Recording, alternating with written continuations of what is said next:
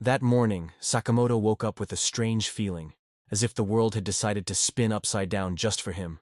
He, who had always been the epitome of normality, the perfect student, the ideal friend, the flawless colleague, suddenly felt an uncontrollable urge to do something completely out of the ordinary.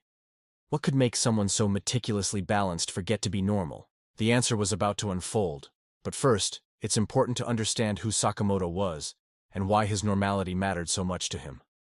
Sakamoto was known by everyone as the boy who never made mistakes, the young man who seemed to have life programmed in a perfect sequence of actions and reactions. At school, he was the model of behavior, the student who always handed in assignments on time, helped his classmates, and never got into trouble.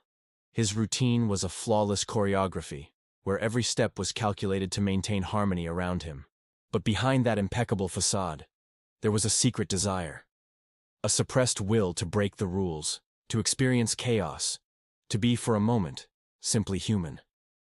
That day, as he left the house, Sakamoto felt a different chill. The breeze seemed fresher, the colors more vibrant, and even the birdsong sounded like a melody he had never heard before. He walked to school as usual, but something inside told him this wouldn't be an ordinary day. When he reached the school gate, instead of entering through the main door as always, he decided to take a detour through the garden, avoiding the familiar path. Curious glances from classmates began to appear, but he didn't care. He was determined to do something different, to forget, even if just for a moment, the mask of perfection. In the hallway, Sakamoto saw a group of students laughing at a situation he would normally ignore. But that day, he didn't just approach, they welcomed him in, and he laughed along, telling jokes he never would have dared before. The feeling of freedom was immediate and overwhelming. He was breaking down the barriers he himself had built, and it scared and thrilled him at the same time. However, this transformation did not go unnoticed. Soon, the teacher he respected most approached, frowning, and asked what he was doing. Sakamoto hesitated but replied with a sincere smile that he just wanted to have some fun. The teacher's reaction was a mix of surprise and disapproval, making Sakamoto realize his new attitude had consequences.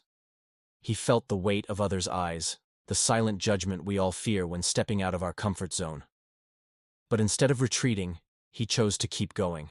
During class, instead of following the rigid script, he asked unexpected questions, challenged ready-made answers, and even suggested a debate that stirred the whole room. What seemed like a simple act of rebellion was actually a search for authenticity, for a space where he could be himself, without filters or masks. What Sakamoto didn't know was that this small personal revolution would trigger a series of events that would forever change how everyone saw him. His classmates began to look at him differently, some admiring his courage, others suspicious of the change. The school, once a stage of rules and conformity, started to become a place where individuality could flourish. But as with every change, challenges arose. Sakamoto had to face the pressure to return to normal, the resistance of those who preferred the stability of routine, and the internal doubt about how far he could go without losing control. During the break, he decided to go to the library, a place where he always found refuge. There, he found an old, forgotten book with a worn cover and an intriguing title. Opening it, he discovered stories of people who, like him, had one day chosen to forget being normal to pursue something greater.